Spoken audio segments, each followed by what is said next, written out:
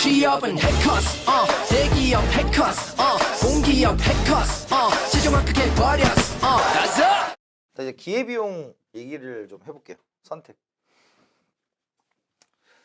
자, 우리가 이제 선택에 대해서 얘기하는데 좀 이 얘기를 해볼게요.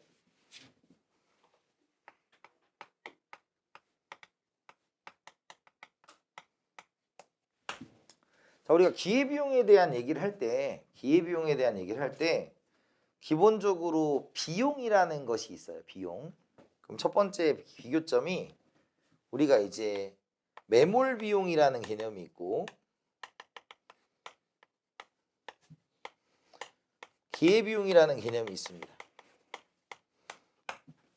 매몰 비용이란 개념이 있고 기회비용이란 개념이 있다라는 거예요.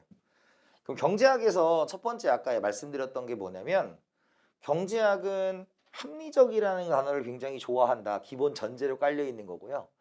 기본 전제 2번이 뭐냐면 이 매몰 비용과 기회 비용이 있다면 매몰 비용은 고려하지 않는답니다. 고려하지 않는다. 자, 고려하지 않는다라는 게 뭐냐면 매몰 비용의 정의는 회수가 불가능한 돈이에요. 회수가 불가능하다. 이해됐어요? 회수가 불가능한 것을 우리가 매몰 비용이라고 합니다. 즉 과거에 있는 것들은 고려 대상이 아니고 기회비용은 회수가 가능하거나, 그죠? 회수가 가능하다는 얘기는 두 가지의 개념을 가져요. 첫 번째가 내가 뭔가를 샀는데 환불이 가능하냐 라는 것이고요. 두 번째는 우리가 머릿속에 있는 비용을 우리가 뭐라고 한다? 기회비용이라고 하는 거죠. 쓰기 전에. 머릿속에서 왔다 갔다 할 거 아니야. 그럼 회수가 언제든지 가능하잖아요. 그런 거죠. 그래서 우리가 얘는 현실하고 조금 멀어요. 경제학은 매몰 비용을 대상으로 하지 않으니까. 대표적인 얘기가 이겁니다. 우리가 어떤 기업이 연구 개발을 해요. 그런데 10억 원을 먼저 벌써 지출했고요. 추가적으로 3억을 들여야 되는데 이 연구가 처음에는 20억짜리 매출을 갖고 올 수 있는 연구였는데 이게 줄어서 11억짜리 연구가 됐다라는 겁니다. 이해됐어요? 그러면 이 연구는 3억 원은 지불해야 돼요? 안 해야 돼요? 해야 된다는 거예요. 얘는 고려 대상이 아니니까. 이해됐어요? 그러니까 이건 현실하고 많이 다른 거예요. 현실하고. 그러니까 대부분의 제가 나중에 경제학 강의를 진행할 때 현실적인 예시를 좀 많이 들어드릴 건데 매몰 비용만큼은 현실적으로 얘기를 하는 개념은 아니다라고 보시면 돼요. 그래서 여러분들 우리가 맨 네 번째 주제로 드린 게 뭐냐면 미분이라는 개념을 드린 거예요. 미분을 오늘 간단하게 객관식 경제학, 객관식으로 나오는 시험에서 할 수 있는 정도의 미분을 오늘 좀 해볼 건데 그 미분에 있어서 미분은 앞으로 가는 거예요? 뒤로 가는 거예요? 앞으로 가는 겁니다. 원인을 약간 늘렸을 때 결과가 어떻게 변하는지 그런 것들을 따져보는 것이다 라고 보시면 돼요. 그래서 두 번째의 경제학의 상식은 과거에 있던 것들은 고민하지 않는다라는 것이 되는 거예요. 자, 그 다음에 두 번째는 이렇게 보는 겁니다. 두 번째는 우리가 기회비용에 대한 의미를 좀 보면, 의미는 이제 정확한 의미를 보면 우리가 이것도 이제 경제학을 전공하시는 분들이 이 개념을 좀 바꿔야 된다라는 말씀을 좀 하시긴 하는데 그래도 뭐 통용되는 개념이 선택 시 포기한 가치가 있을 거다. 포기한 가치 중 가장 큰 것입니다. 선택 시 포기한 가치 중 가장 큰 것이다 라는 거예요. 자, 그러면 이걸 어떻게 생각하느냐에 문제가 있겠죠. 선택 시 포기한 것 중에 가장 큰 거다. 예를 들어서 제가 만약에 강의를 해서 시간당 10만 원을 벌고, 그죠? 그 다음에 서빙을 해서 시간당 3만 원을 벌고, 워드 알바를 해서 시간당 10,000원을 번다고 합시다. 그럼 여기서 기회비용은 뭘까요? 기회비용이 뭐예요? 없어요. 아직 선택을 안 했기 때문에. 이해됐어요? 선택을 해야 기회비용이 생기는 거죠. 그러면 우리가 지금 봤어도 우리가 그냥 봤어도 어때요? 가장 합리적인 선택은 강의를 하는 게 합리적 선택이에요. 그죠? 이걸 기회비용의 측면으로 보면 얘를 선택하면 기회비용이 뭐야? 둘 중에 가치가 큰 얘가 되겠죠? 그죠? 얘를 선택하면 기회비용이 얘가 되겠죠? 얘를 선택하면 기회비용이 얘가 될 거 아니에요? 그죠? 그래서 경제학에서 가장 많이 쓰는 용어 중에 하나가 뭐냐면 합리적 선택의 다른 이름은 기회비용의 최소화입니다. 기회비용의 최소화. 즉 포기한 것이 가장 적어야 되기 때문에 기회비용의 최소화가 합리적 선택이다.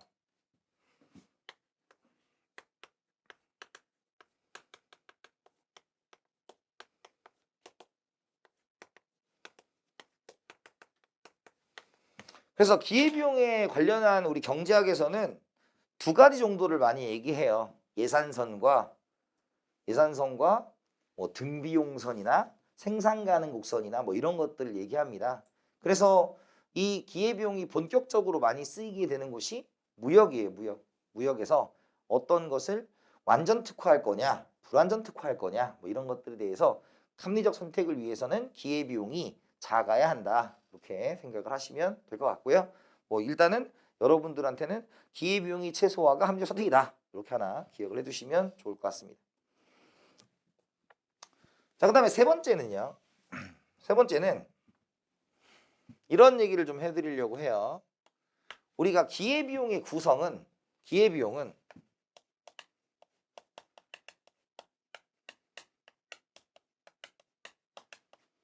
명시적 비용과 암묵적 비용, 뭐 암묵적이라고 해도 상관없고 묵시적 비용이라고 해도 상관은 없어요. 똑같습니다. 명시적 비용과 암묵적 비용으로 나누어진다라는 것입니다. 그렇죠? 그래서 명시라는 것은 무슨 뜻이냐면요. 명시는 실제 지출되는 겁니다. 실제 지출되는 거예요.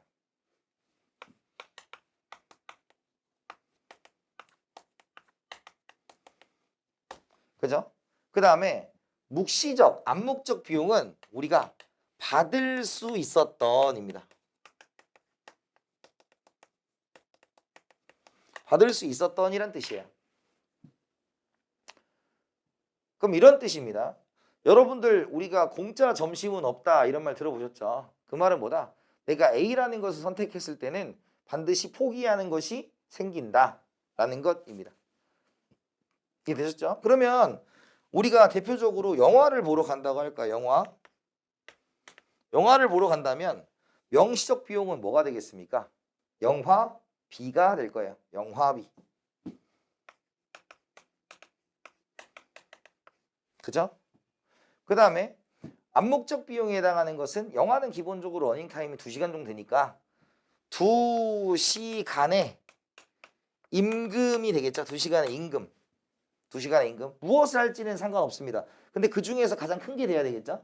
그러면 2시간의 임금인데 우리가 받을 수 있었던 이라는 단어에 무슨 단어를 쓰냐면 귀속이라는 단어를 씁니다. 귀속. 원래 내가 받을 수 있던 것이다. 귀속. 그래서 귀속이라는 것은 받을 수 있던이니까 귀속 임금이라고 표현하는 거예요. 귀속 임금. 이해됐어요? 귀속 임금. 내가 받을 수 있던이란 뜻입니다.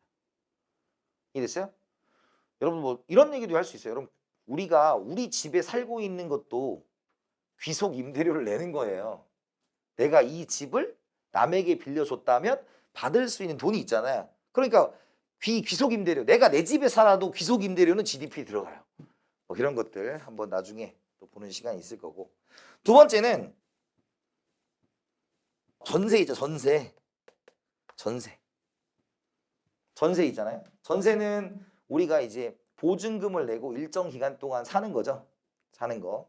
그래서 이 전세인데 전세가 만약에 2억이다.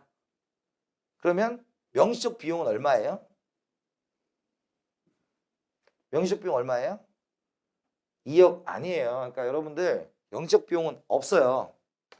전세로 문제에서 표현되는 건 뭐냐면 보증금이라는 거죠. 보증금. 보증금은 돌려받는 돈이에요.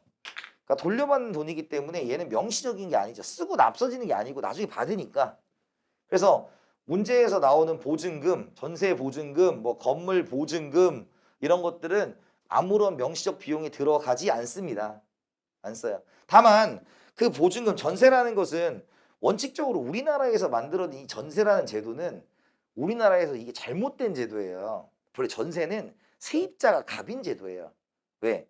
금융이 발달하지 않았을 때 목돈이 필요한 집주인이 세입자에게 집을 담보로 돈을 빌리는 거거든. 근데 우리나라는 오히려 갑불이 바뀌었죠. 그래서 여기는 뭐다? 전세 보증금에 대한 이자가 되겠죠. 이자. 그걸 뭐라 그래? 받을 수 있었던 이자니까 이걸 뭐라 그래요? 귀속이자 이렇게 표현합니다. 귀속이자. 이해했죠? 그런 거. 자, 그런데 여기서 이제 이런 거 있잖아. 우리가 전세를 만약에 얻어요. 그런데 4억의 전세다. 그럼 2억은 내 돈이고 2억은 대출받은 거다 이거예요. 그럼 대출받은 거에 대한 이자는 무슨 비용이 되겠어? 명시적 비용이에요. 그러니까 이자라고 다 암묵적 비용은 아니고 내가 비용을 지불해야 되면 뭐다? 명시적 비용이고 받을 수 있던 걸 포기하면 암묵적 비용이 되는 겁니다. 그죠? 그 정도 있고요. 그 다음에 뭐 정도인데 그 다음에 여기 우리가 귀속 임금 귀속 이자 근데 귀속 지대 경영에 대한 대가는 정상 이윤이라고 표현을 해요. 그런데 정상 이윤은 여기서 경제학을 처음 하시는 분들은 머릿속에 지우세요. 왜냐면 경제학적 이윤이 0일 때도 정상 이윤이라고 씁니다. 경제학적 이윤이 0일 때도 정상 이윤을 쓰기 때문에 그러면 이제 이게 왜 중요하냐? 우리가 하고 있는 과목은 경제학이에요, 회계학이에요? 경제학이에요. 그래서 얘만 고려하면 회계학이에요. 회계학. 얘만 고려하면 회계학이에요. 그런데 둘 다 고려하면 뭐가 되냐면 경제학이 됩니다. 그죠? 둘 다 고려하면 경제학이 돼요. 그 말은 무슨 뜻이냐면 이런 뜻이에요. 우리가 TR, 이제 기억나죠? TR이 뭐였어? 총수입이었습니다. 그죠? 총수입을 내가 100만 원을 벌고 있었어요. 수입을 100만 원 벌고 있었어요. 그런데 명시적 비용이 70만 원이고 암묵적 비용이 30만 원이라는 거예요. 그죠? 그러면 회계학에서는 뭐만 비용으로 치니까 얘만 비용으로 치니까 회계학적 이윤은 얼마입니까? 30만 원이에요. 30만 원. 근데 경제학적 이윤은 얼마예요? 0원이에요. 근데 이 말을 다시 곱씹어서 보면 경제학적 이윤이 0이라는 말은 회계학적으로 돈을 벌고 있다는 뜻이에요. 그래서 여러분들 경제학을 해보신 분들 혹은 나중에 저랑 같이 하실 분들은 뭐냐면 완전 경쟁 시장의 장기 이윤은 0이다 라는 것은 충분히 생산 가능하다 이런 뜻이라고요. 이해됐어요? 그런 단어. 그래서 우리가 회계학적으로 플러스인 게 경제학적으로는 뭐다? 0이다. 우리가 이윤이 0이다. 이렇게도 표현을 한다라는 것입니다. 아시겠죠? 그래서 공기업 쪽에서는 막 이런 걸 굉장히 복잡하게 내진 않아요. 다만 이걸 한 이유는 뭐냐? 매몰 비용에 대해서 얘기할 때는 우리 경제학에서 고정비를 얘기할 때 매몰 비용을 얘기해요. 고정비는 들어가는 돈이기 때문에. 그 다음에 두 번째로 이 얘기는 하죠. 우리가 경제학적 비용을 고려하는 것이기 때문에 경제학적 이윤이 0이다. 정상 이윤이다. 충분히 생산 가능하다. 이 정도의 멘트는 경제학 책에 항상 나와 있는 이야기가 됩니다. 아시겠죠? 자, 그렇게 보는 건데 뭐 거기에는 문제가 있죠. 그거를 한번 같이 해볼까요? 자, 다음 사례에서 기억에 들어갈 최소한의 액수로 옳은 것은 입니다. 문제가 아예 없으면 재미가 없어서 문제를 몇 개 넣었어요. 많이 넣을 수는 없고. H호텔의 주방장 호성 씨는 자신의 음식점을 차리려고 한다. 예상되는 수입은 월 2천만 원이고 미추홀 2천만 원이 뭐가 되겠습니까? 편익이 되겠죠. 편익. 번 돈이에요. 총수입이 될 겁니다. 비용은 300만 원, 인건비 250만 원, 재료비 500만 원, 기타 잡비 250만 원이다 라는 겁니다. 그러면 총 수입이 지금 얼마예요? 총 수입이 2천만 원인데 그죠?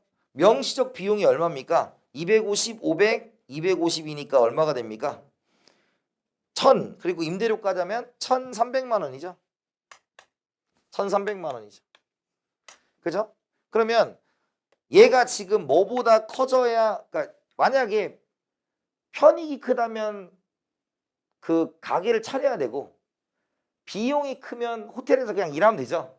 그러니까 얼마야? 700만 원보다 높게 받으면 비용이 더 커지는 거죠. 그죠?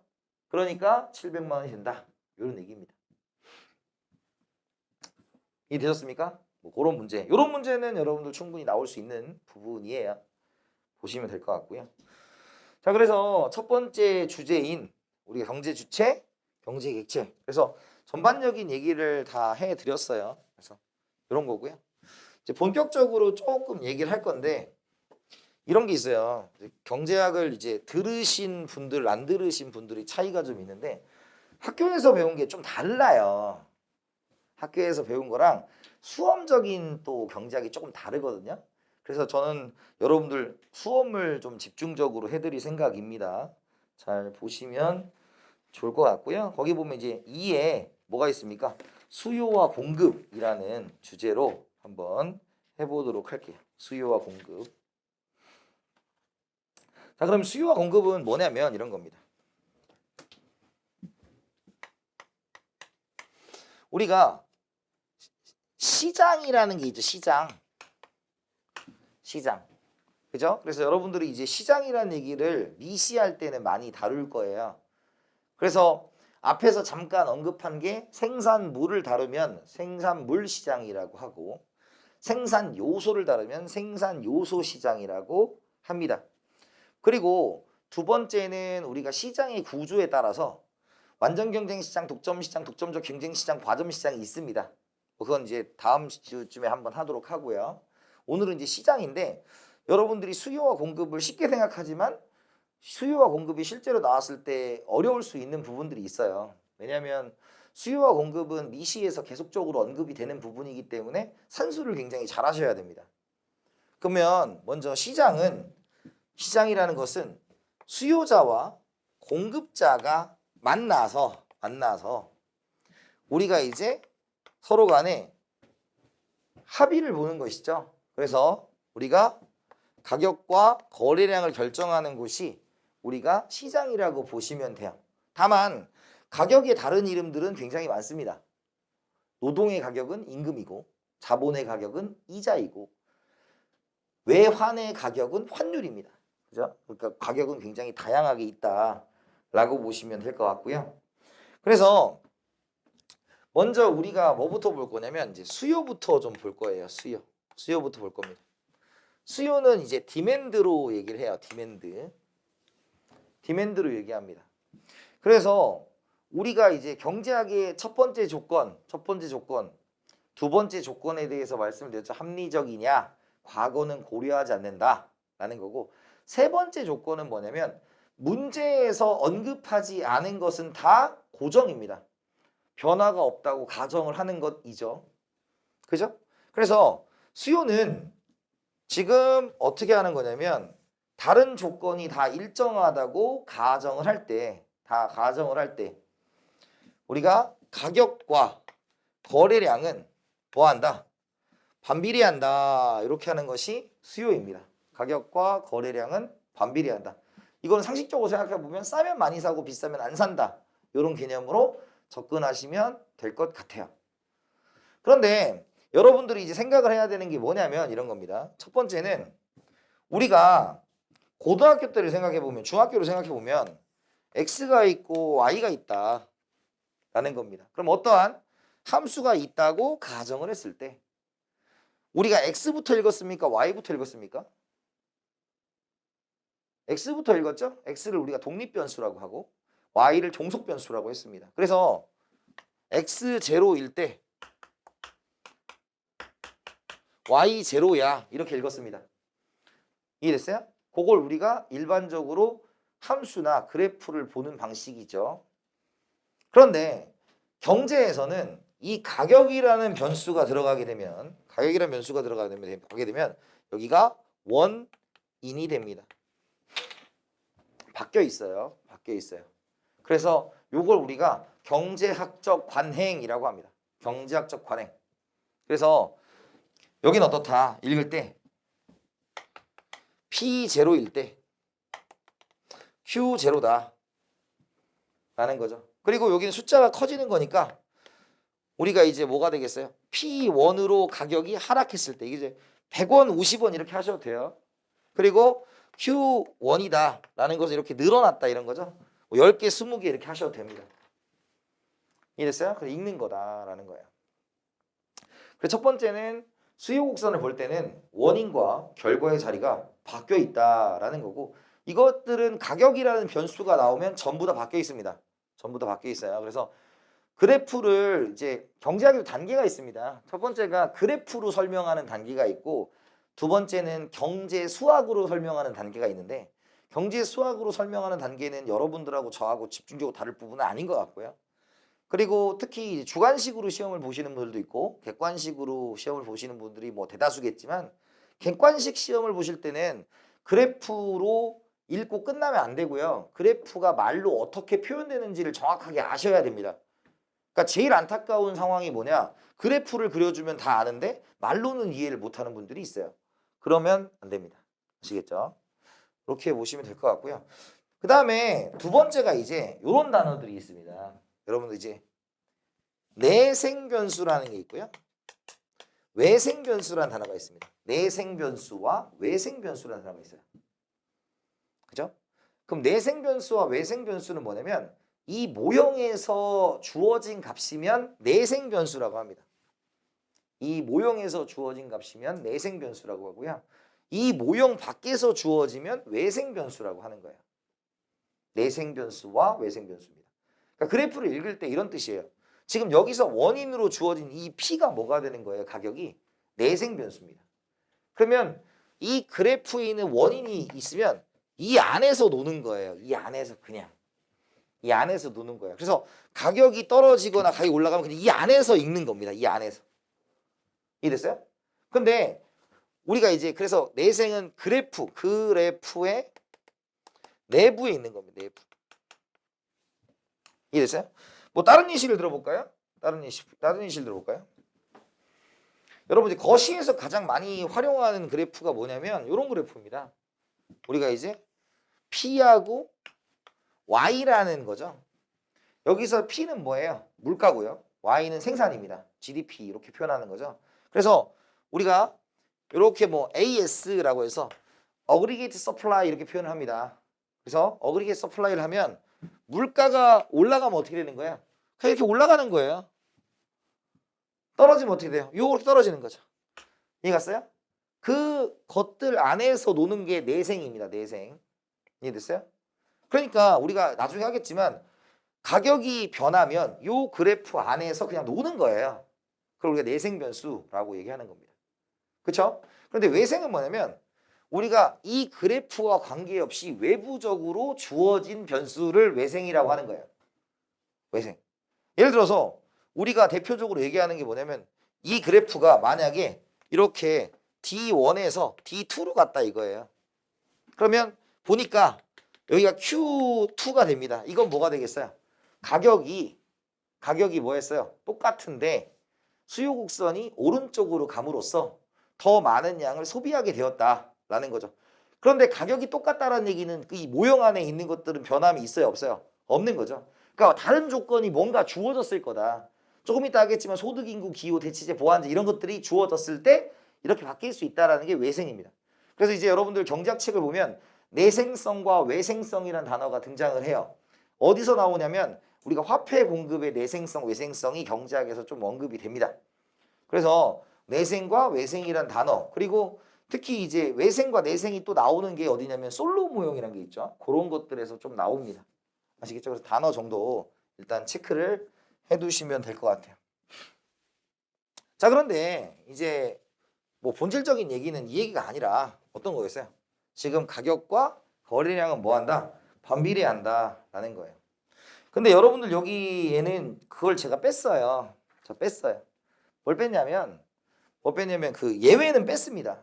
왜냐면 여러분들이 예외에 너무 꽂혀 있는 분들이 있어요. 그러니까 수요 곡선이 이러야 그러면 예외가 뭐였어요? 뭐 기펜제, 매점 뭐 이런 것들이 있는데 매점에 너무 우리가 그 예외에 너무 꽂혀 있을 필요는 없다. 제가 보기에는 굳이 그럴 이유는 별로 없는 것 같아요. 그러니까 예외는 기본이 갖추어진 다음에 예외를 보시는 거예요. 기본이 안 갖춰져도 예외를 백날 봐야 소용없어요. 이해됐어요? 그러니까 기본을 먼저 보시는 게 좋다라는 겁니다. 자, 그런데 여기서 이제 하나 그래도 더 배울 거 뭐냐면 이 수요는 뭐랑 관련이 있다? 소비자와 관련이 되어 있죠. 소비자랑 좀 관련이 되어 있어요. 소비자와 좀 관련이 되겠습니다. 그죠? 그럼 소비자는 뭐 하는 주체예요? 소비 주체잖아요. 그럼 소비는 무엇을 요구한다? 만족감을 요구해요. 그래서 소비자는 우리가 앞에서 살짝 얘기한 한계 효용에 대한 얘기를 합니다. 그래서 여기는 우리가 한계 효용인데 지금 여기 좌표가 뭘로 찍혀 있어요? 돈으로 찍혀 있죠. 그럼 돈이니까 얘를 돈으로 바꿔야 돼요. 그죠? 그래서 아까 돈으로 바꾸면 뭐라 했냐면 편익이라는 단어를 썼습니다. 그래서 얘는 이제 한계 편익, 마지널 베너핏이라는 단어를 쓰기도 해요. 이해됐어요? 그러면 마지널 베너핏이라는 단어를 쓰는데 중요한 게 뭐냐면 이런 겁니다. 지금 이 그래프는 두 가지로 해석이 가능한 거예요. 첫 번째, 만약에 여기가 100원이고 여기가 10개야. 200원이고 20개다 이런 거예요. 그죠? 그럼 어떻게 해석이 되냐면 200원에 10개를 살 거예요. 또 되고요. 100원에 20개를 살 거예요. 또 됩니다. 이해됐어요? 그게 기본적인 수요인데 여기다가 이제 플러스를 해야 되는 개념이 뭐냐면 이 수요 곡선은 소비자의 지불 용의를 나타내 준다. 지불 용의. 그 지불 용의가 뭐예요? 요 MB죠. 한계 편익이라고 하는 지불 용의를 나타내 주는 거예요. 그러면 지불 용의를 어떻게 나타내느냐? 여러분 우리가 소비자가 물건을 살 때는 최대값으로 할까요? 최소값으로 할까요? 최소 지불용일까요? 최대 지불용일까요? 최대 지불용이에요. 왜? 내가 청바지를 10만 원짜리 사러 간다 라고 하면 10만 원을 넘으면 살 수 있다 없다? 없으니까 나는 10만 원이 최대값이에요 라는 뜻입니다. 그래서 여기는 우리가 뭐라고 한다? 최대 지불용입니다. 이걸 역으로 해석하면 이렇게 해석이 가능한 거예요. 나는 10개는 200원까지 지불할 생각이 있어. 나는 20개는 100원까지 지불할 생각이 있어. 이 두 가지로 해석이 가능한 겁니다. 그래서 초심자들한테는 가격과 수량이고요. 여러분들이 경제학을 조금 하다 보면 다 소비자잉이요 생산자잉이요 이쪽하고 관련이 되어 있기 때문에 물론 설명은 드리겠지만 우리가 지불용이랑 관련이 되어 있다라는 생각을 하셔야 되겠다라는 겁니다. 두 가지로 해석이 가능하다. 가격에 사고자 하는 수량도 해석이 가능하고 내가 이 수량은 이만큼 지불할 생각이 있어. 두 가지로 해석이 가능하다라는 것입니다. 자, 그런데 이제 여러분들한테 좀 이 얘기를 좀 해드릴게요. 우리가 그래도 공기업을 준비하시고 그런 분들이기 때문에 경제학을 할 때 계산 문제가 안 나온다 그러면 거짓말이잖아요. 그죠? 그래서 우리가 요걸 보시면 우리가 이제 시장 수요 곡선에 대한 이야기를 해볼게요. 시장 수요 곡선. 우리가 시장 수요 곡선은 개별 수요 곡선의 합이다 이렇게 생각하시면 됩니다. 개별 수요 곡선의 합이 시장 수요 곡선이다 라는 거예요. 그러면 이걸 어떻게 표현하냐? 이렇게 표현합니다.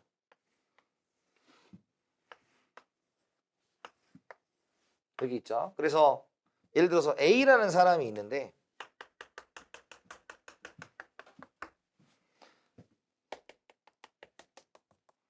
A라는 사람이 있고 그 다음에 B라는 사람이 있습니다. A라는 사람이 있고 B라는 사람이 있어요. A라는 사람 여기가 100원이고 얘가 200원입니다. 그죠? 그럼 얘는 200원에는 한 개 살 생각이 있고 100원에는 두 개 살 수 있다. 그래서 얘가 DA다 이렇게 표현한 거예요. 그죠? 그 다음에 B라는 사람은 200원에는 한 개를 100원에는 세 개를 살 생각이 있다. 그래서 DB 이렇게 표현한 겁니다. 그죠? 그럼 시장은 뭐예요? 이 둘을 더하면 얘가 되는 겁니다. 이 둘을 더하면 얘가 되는 거죠. 그러면 200원은 몇 개 살 생각이 있어요? A는 하나, B는 하나니까 뭐가 됩니까? 두 개를 살 생각이 있는 거예요. 그죠? 시장, 여기는 시장이니까 시장. 그죠? 그 다음에 두 번째는 100원에는 두 개와 세 개니까 몇 개입니까? 5개가 돼서 이렇게 뭐예요? D 시장이 이렇게 나오는 거죠. 이해됐어요? 자, 그런데 여기서 중요한 포인트가 있어요. 이걸 모르는 사람은 없습니다. 근데 여러분들이 이제 이런 고민을 하게 돼요. 그럼 시장 수요 곡선은 개별 수요 곡선에 수직합이에요, 수평합이에요? 개별 수요 곡선의 수직합이에요, 수평합이에요? 수평합이죠.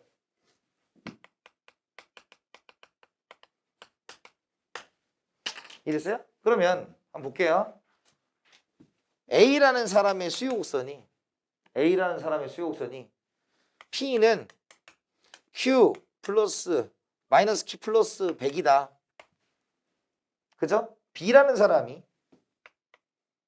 P는 마이너스 2Q 그죠? 플러스 40이다. 이렇게 돼 있다 합시다. 그러면 시장 수요 곡선은 어떻게 되죠? 시장 수요 곡선은 어떻게 될까요?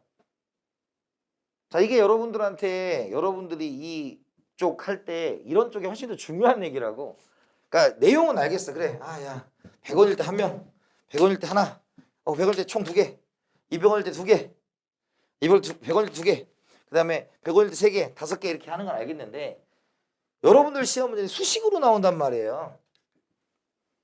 수식으로 나온다. 그럼 여러분들이 이거를 할 때 제일 중요한 포인트가 1번 무엇을 더하는지 살펴봐라.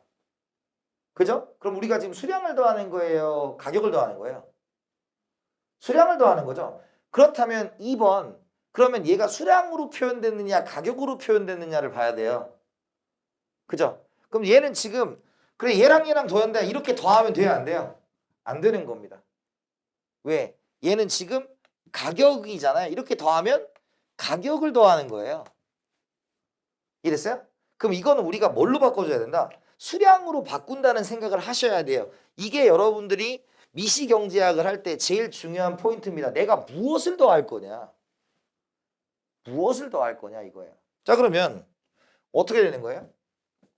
우리가 P는 마이너스 Q 플러스 100이니까 얘를 바꾸면 Q는 마이너스 P 플러스 100이겠죠? 그죠? 바꿨죠 자리? 그죠? 두 번째는 얘를 바꾸면 뭐예요? 우리가 P는 마이너스 2Q 플러스 40이니까 Q는 마이너스 2분의 1 P 플러스 20이 돼야 되겠죠? 이랬어요? 이 상태에서 더해야 돼요. 이 상태에서. 이랬습니까? 이 상태에서 더해야 된다고요. 그러면 이걸 더하면 어떻게 되겠어요? 마이너스 우리가 2분의 3P 플러스 120이 되겠죠? 시장수요 곡선. 이랬어요? 맞잖아요. 이렇게 하면 P 더하기 마이너스 2분을 더하면 마이너스 2분의 3P고 얘 더하면 120이다. 이랬습니까? 그렇게 바꿀 수 있느냐가 중요한 포인트예요. 이해되셨어요? 그래서 이게 되면 일단 계산 문제가 여러분 하나 해결이 돼요. 이랬습니까? 그럼 여러분들 봐보세요. 이런 사람이 10명이래요. 그럼 10명 하면 어떻게 돼? 10명 하면 그냥 여기서 10을 곱하는 게 아니라 이렇게 바꾸는 10명을 곱하는 거예요. 이랬어요? 그럼 여러분들 여기서 이제 아까 했던 거 보면 얘 아까 기울기가 급해졌어요? 완만해졌어요? 아, 참고로 여러분들 이제 우리가 아무리 기본 강의지만 기본 강의가 그러니까 아주 쉬운 걸 하고 있지만 여기서 중요한 건 이런 내용들을 한번 들어보는 거예요. 우리가 예를 들어서 X가 있고 Y가 있고 여기 기울기 여기 이렇게 있었어요. 그죠? 그러면 얘가 Y는 마이너스 2x 플러스 3이었어. 그럼 기울기가 뭐예요? 기울기가 뭐예요? 마이너스 2예요. 그러니까 얘 앞에 붙어 있는 게 뭐예요? 기울기죠? 이해됐어요? 그럼 요것도 마찬가지, 수요도 마찬가지예요. P0Q가 있어요. P0Q가 있어요. 얘가 뭐예요? P는 마이너스 2Q 플러스 10이래요. 그럼 기울기가 뭐예요? 마이너스 2예요. 이해됐어요? 여기 앞에 붙어 있는 게 뭐예요? 기울기예요, 기울기. 이해되셨어요? 그래서 이제 쉽게 가르칠 때는 여러분들한테 나중에 쉽게 가르치는 게 아니라 기본적으로 그 내용을 익히는 순서들이 있어요. 순서들이. 여러분 이제 경제학 전공하신 분들은 이제 MRS, XY 뭐 이런 거 있을 거 아니야.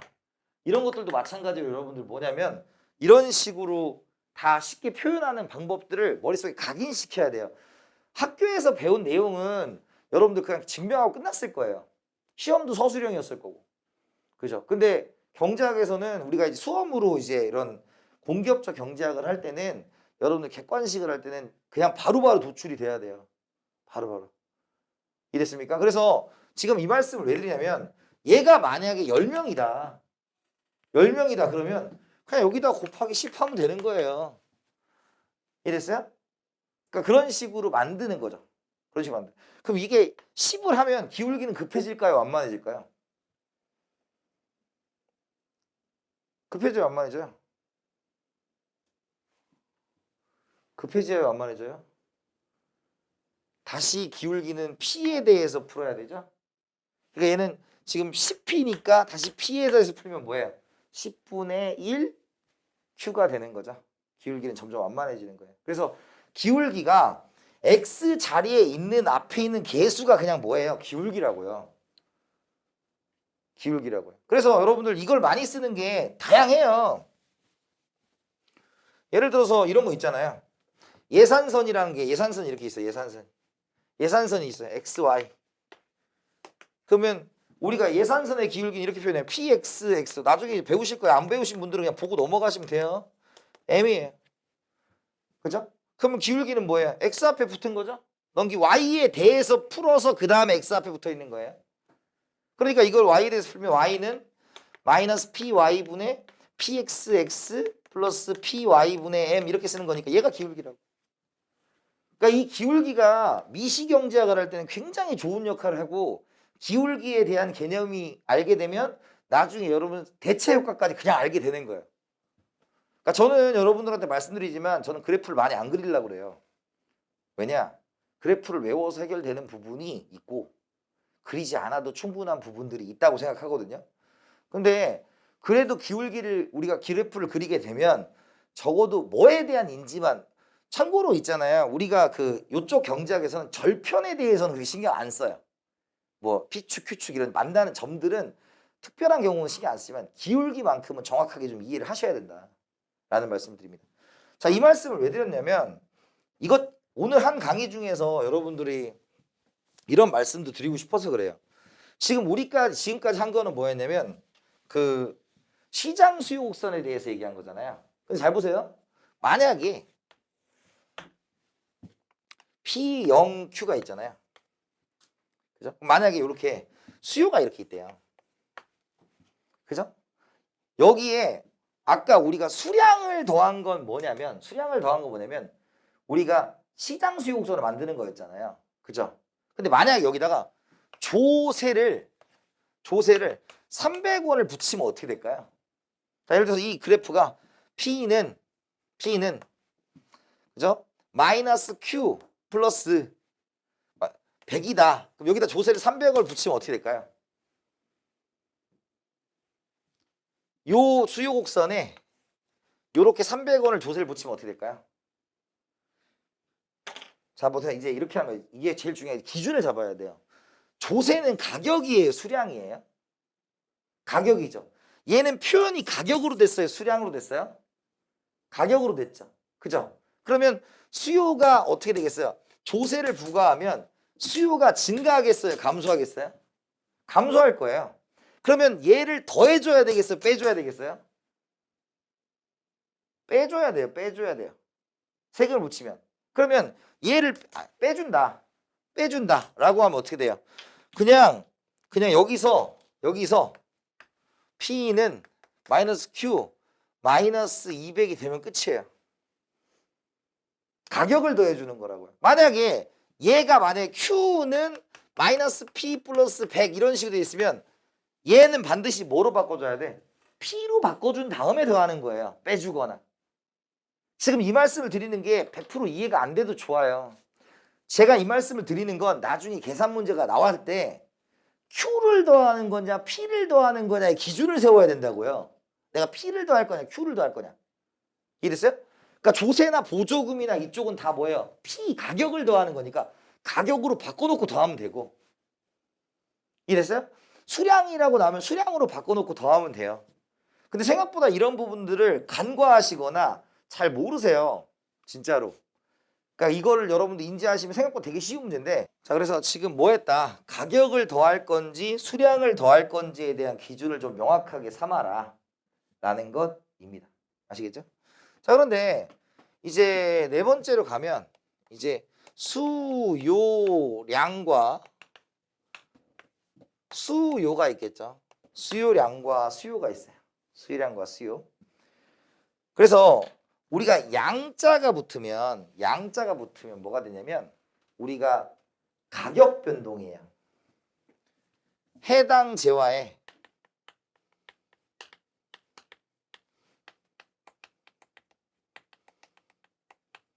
가격 변동입니다. 그래서 수요량이라는 것은 정확한 의미는 그 가격에서 사고자 하는 구체적 수량이에요. 그 가격에서. 물론 수요와 공급은 여러분들이 이런 개념 들어보셨는지 모르겠지만 우리가 유량이라는 개념이 있고 저량이라는 개념이 있어요.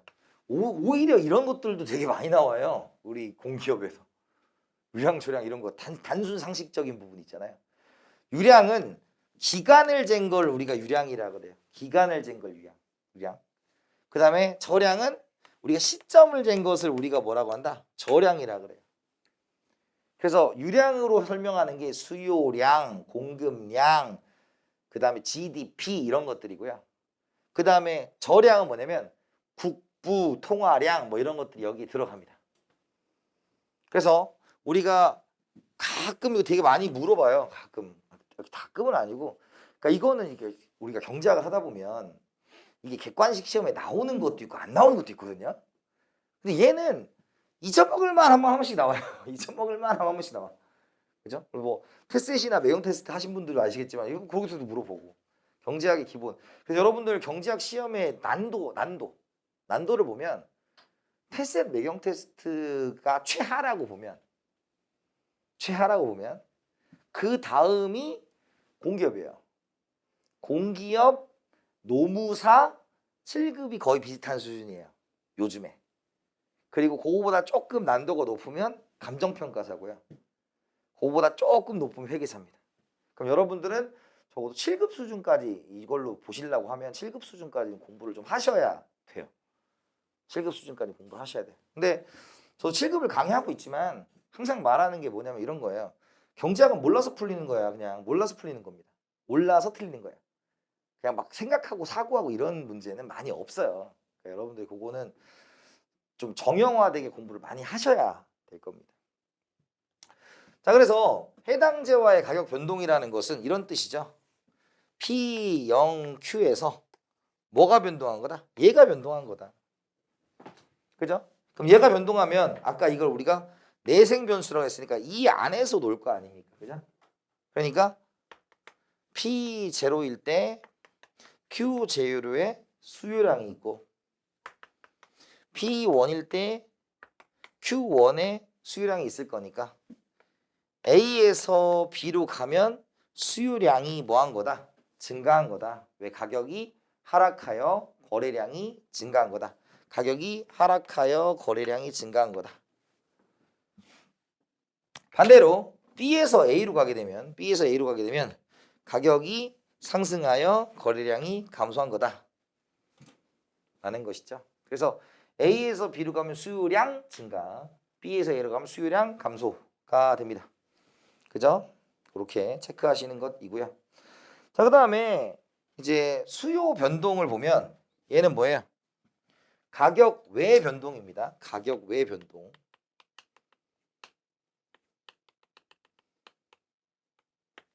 가격 외 변동이에요. 그래서 가격 외 변동이라는 것은 우리가 조건이 있다면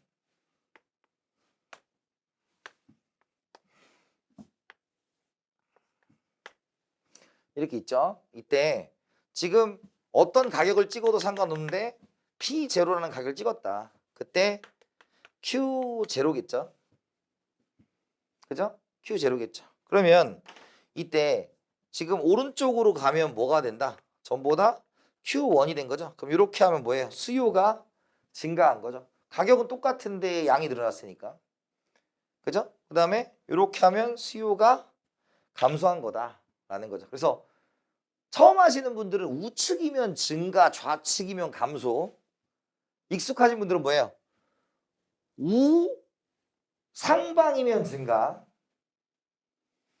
좌하방이면 감소예요. 그래서 나중에 여러분들이 그래프를 처음에 하실 때 경제학을 공부할 때 그래프를 너무 막 열심히 잘 그리려고 할 필요는 없어요. 그러니까 그래프는 읽는 거예요, 읽는 거. 그러니까 여러분들이 공부하실 때 책에 나와 있는 그래프를 읽을 수 있다면 끝이에요, 그냥. 읽고 그 내용의 함의가 뭐냐 이 정도 하면 끝이에요. 뭐 더 이상 더 이하도 아니고 이렇게 보시면 되고요.